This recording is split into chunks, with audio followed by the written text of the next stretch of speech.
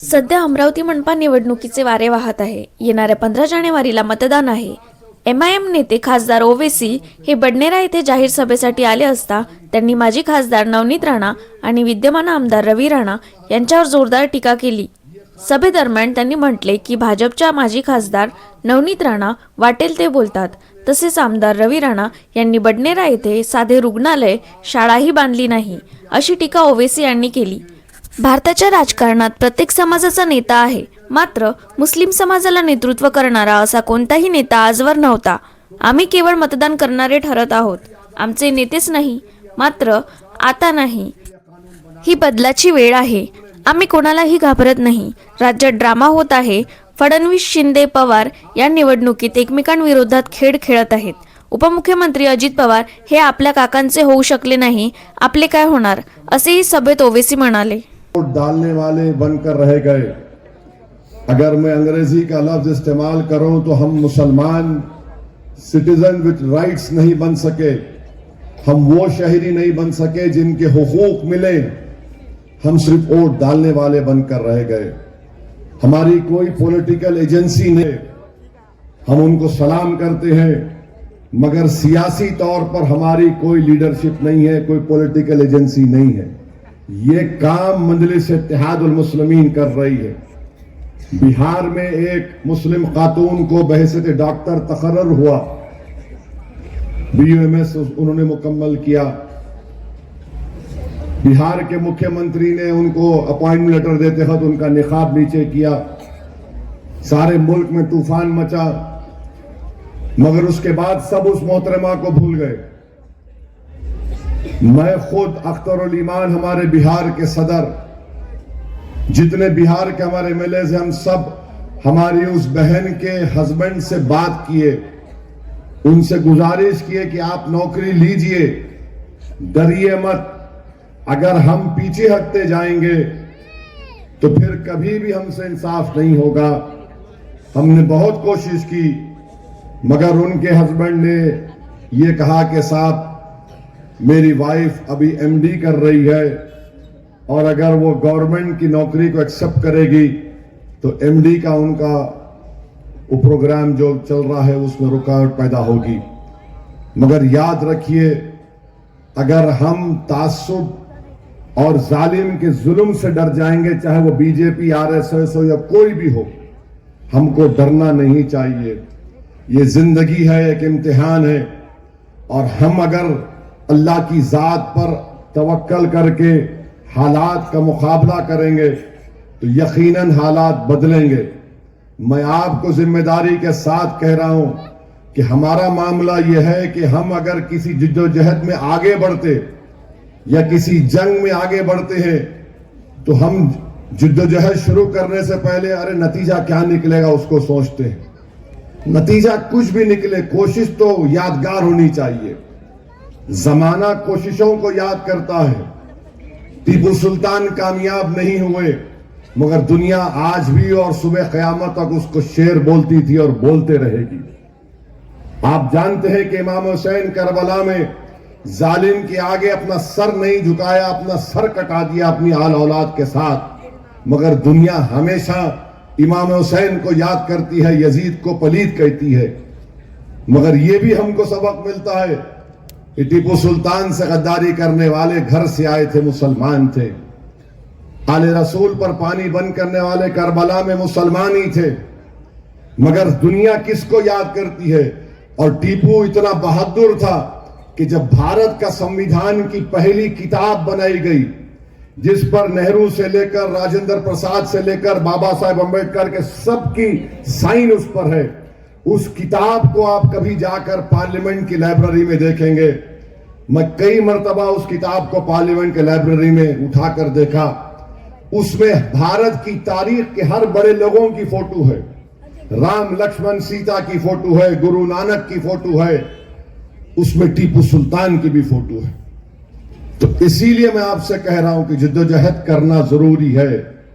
और याद रखिए, इत्तेहाद जिंदगी है, इंतशार मौत है. मस्जिद में जाकर बाजमात नमाज पढ़ने से सवाब बढ़ के मिलता बनिस्बत घर में पढ़ने से.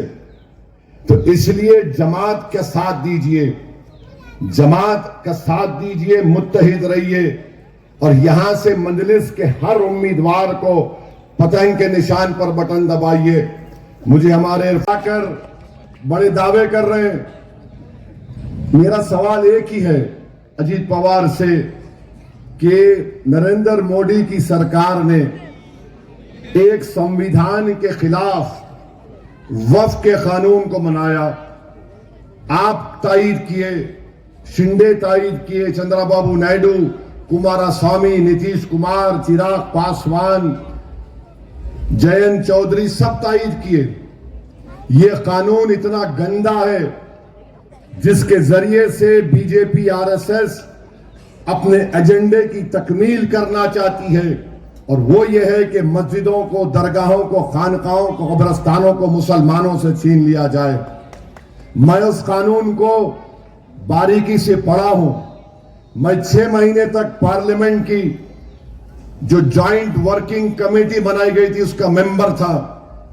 मैं उस कमेटी में अपनी तरफ से 120 सफात पर मुश्तमिल डाइसेंट रिपोर्ट दिया 44 अमेंडमेंट के ऊपर और जिम्मेदारी के साथ कह रहा हूं कि ऐसा गंदा साहब और क्या है हमारे इरफान साहब जो है गूगली डाले मेरे ऊपर, देखते देखते ही पब्लिक को देखते ही बोलने की एक चाहत पैदा हो जाती है। हमारे को भी बीमारी है, तो खैर कोई बात नहीं।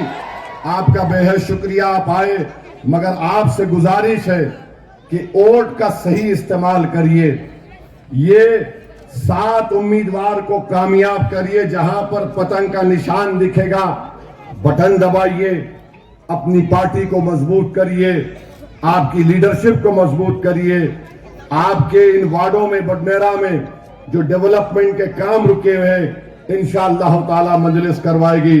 आपका बहुत बहुत शुक्रिया। नारे तकबीर तकबीर। अस्सलाम वालेकुम व रहमतुल्लाहि व बरकातहू। बोले दो इधर दो, दो उधर दो, क्या मतलब है दो उधर दो, दो इधर दो? दिल तो एक ही तरफ हो सकता है ना, आधा दिल इधर कैसा हो सकता है? हाँ, घर में अगर माँ बाप है तो यकीनन माँ बाप पूरी औलाद को चाहते हैं। तो मैं आपसे अपील कर रहा हूं कि जहां मजलिस के उम्मीदवार है, जहां पर मशीन में पतंग का निशान है, आप आंख बंद करके बिस्मिल्लाह बोल के वोट दबा दीजिए पतंग के निशान पर और अपनी पार्टी को कामयाब करिए। और याद रखिए, ये जो ड्रामा महाराष्ट्र में हो रहा है, मुंबई में बैठकर फडणवीस, अजीत पवार और शिंदे वड़ा पाव भी खा रहे हैं, मलाई भी खा रहे हैं। और जब ये नगर पालिका के चुनाव हो रहे तो तीनों एक दूसरे की तरफ पीट करके मैं इसको नहीं जानता, मैं उसको नहीं जानता, मैं तू मेरे को नहीं जानता। तो हैदराबाद में कहावत है, तू मेरी पीठ खुजा, मैं तेरी पीठ खुजाता हूं। ना तो कोई वक्फ करेगा, और जो वक्फ की जायदाद है किस तरह से उसको हासिल किया जाए मुसलमानों से, और अजीत पवार ये सब तायीद किए। और ये अहम इलेक्शन महाराष्ट्र का ये कानून बनने के बाद हो रहा है। मेरी आपसे अपील है कि आप अपने एक एक वोट के जरिए मजलिस के अपने वोट देकर आप बीजेपी आरएसएस को एक पैगाम देंगे कि तुमने संविधान के आर्टिकल 25, 26, 14 के खिलाफ कानून बनाया, तुमने हमारी मजहबी आजादी को छीनने के लिए, हमारी इबादतगाहों को छीनने के लिए कानून बनाया, तुमने नफरत की आग हमारे खिलाफ पूरे मुल्क में फैला दी। मैं आपसे अपील कर रहा हूं कि इसका मौसर जवाब इसी तरीके से होगा कि आप मुत्तहदा तौर पर अपने के कोर्ट का इस्तेमाल करिए। आप जानते हैं कि सुलेमान पठान को उसके साथी दोस्तों ने मिलकर मॉब लिंच करके मार दिया, कोई उस पर आवाज नहीं उठाता है। याद रखिए, अगर कोई ये पूछेगा आपसे कि मेरे एक वोट से क्या होगा, मेरे भाई जब हजरत इब्राहिम अलैहिस्सलाम को नमरूद आग में जलाने की कोशिश कर रहा था तो एक चिड़िया आई अपने चोंच में पानी लेकर, उसने जो आग आसमानों को छू रही थी उसने उस आग पर पानी डाल दिया। तो लोगों ने पूछा, सहे चिड़िया तेरी चोंच इतनी सर की है, تیری چونچ میں کتنا پانی آئے گا اور وہ پانی سے کیا آگ بجھے گی؟ تو اس چڑیا نے ہم تمام کو جواب دیا کہ دنیا یاد رکھے گی، اللہ دیکھ رہا ہے کہ میں نے آگ بجھانے کا کام کیا تھا، میں نے آگ کو جلانے کا کام، بڑھانے کا کام نہیں کیا تھا۔ تو آپ سے اپیل کر رہا ہوں کہ اس آگ کو آپ اپنے اوٹ سے بجھا سکتے ہیں، اور انشاءاللہ تعالی یہ نفرت کی آگ جو بھاجپ نے، RSS نے ہمارے خلاف لگائی ہے، وہ آگ بجھے گی انشاءاللہ تعالی۔ جو لوگ آگ جلائے ہیں، انشاءاللہ تعالی سیاسی خاتمہ تمہارا ہوگا، ہمارا نہیں ہوگا۔ ہم اس لیے زندہ ہیں کیونکہ اللہ ہم کو زندہ رکھے گا۔ میں نے پہلے بھی کہا اور آج بھی کہہ رہا ہوں، صبح قیامت تک اس وقت تک نہیں آئے گی جب تک لا الہ الا اللہ محمد رسول اللہ بولنے والا رہے گا۔ ہمارا وجود قیامت کو روکتا ہے، جس دن ہم نہیں تو دنیا بھی نہیں۔ تم ہم کو ختم کرنا چاہ رہے، تم نہیں ختم کر سکتے، تم نہیں ختم کر سکتے۔ بغداد کی تاریخ پکار پکار کر کہہ رہی ہے کہ ہلاکو خان اور منگولز آئے تھے، دریا دجلہ کا پانی کبھی ایک دن خون سے لال ہوا تو دوسرے دن کتابوں کو پانی میں پھینکا گیا تو اودہ ہو گیا، مگر مارنے والے ختم ہو گئے، زندہ رہنے والے زندہ رہیں گے انشاءاللہ تعالی۔ تو میں آپ سے یہ اپیل کرنے آیا ہوں کہ 15 تاریخ کے دن پتنگ کے نشان پر بٹن دبائیے، اپنی لیڈرشپ کو بنائیے، آپ کے جو مسائل ہیں اس کو حل کرانا ہے۔ اور یہ جو لوگ اناب شناب بکتے ہیں، لگتا ہے بیچارے اتنی نفرت مسلمانوں سے ان کو ہے کہ اب دنیا کا برین کا یا سائیکیٹرسٹ بھی ان کا علاج نہیں کر سکتا، ان کا علاج نہیں ہو سکتا، اتنے پاگل ہو چکے ہیں، بس صرف نفرت کرنا ان کا کام ہے۔ میرے بھائی تم نفرت کیوں کرتے میرے کو نہیں معلوم، لگتا ہے کہ ان کے گھر میں انہوں نے اپنی ممی ڈیڈی کو لڑتے ہوئے دیکھا بچپنے میں، اسی لیے ان کے اوپر ایک سائیکالوجیکل امپیکٹ پڑ گیا ہے۔ لگتا ہے کہ گھر میں انہوں نے اپنی ممی ڈیڈی کو ایک دوسرے کو گالی دیتے ہوئے سنا ہے، اسی لیے اناب شناب بکنا ان کا کام ہے۔ مجھے کوئی فرق نہیں پڑتا تم جتنی گالی دیے، میرے اعمال غلط اعمال کم ہوتے، اور دو گالی میرے کوئی فرق نہیں پڑتا۔ گالی تم گالی دے سکتے، ٹرمپ بول رہا مودی کو تمہاری زبان پہ گالی نہیں آتی، ابے تو ٹرمپ سے کیوں ڈرتے تم لوگ؟ ٹرمپ بول رہا کہ میرے کو کال نہیں کر کے بولے ٹریڈ ڈیل ہو جاتی تھی، بولتے ہی نہیں ہے لوگ۔ ٹرمپ بول رہا کہ مودی میرے کو بولا پلیز سر، ان کی زبان پہ کچھ آتا ہی نہیں ہے۔ تو معلوم ہوا کہ یہ سمجھتے کہ ٹرمپ کو نہیں بولنا کیونکہ ٹرمپ ان کے انکل ہیں۔ چائنا ہماری 1000 اسکوائر کلومیٹر پہ قبضہ کر کے بیٹھا ڈیم ساک ڈیم چانک میں، مگر چائنا کو بول رہے آ کے بھارت میں پیسہ لگاؤ۔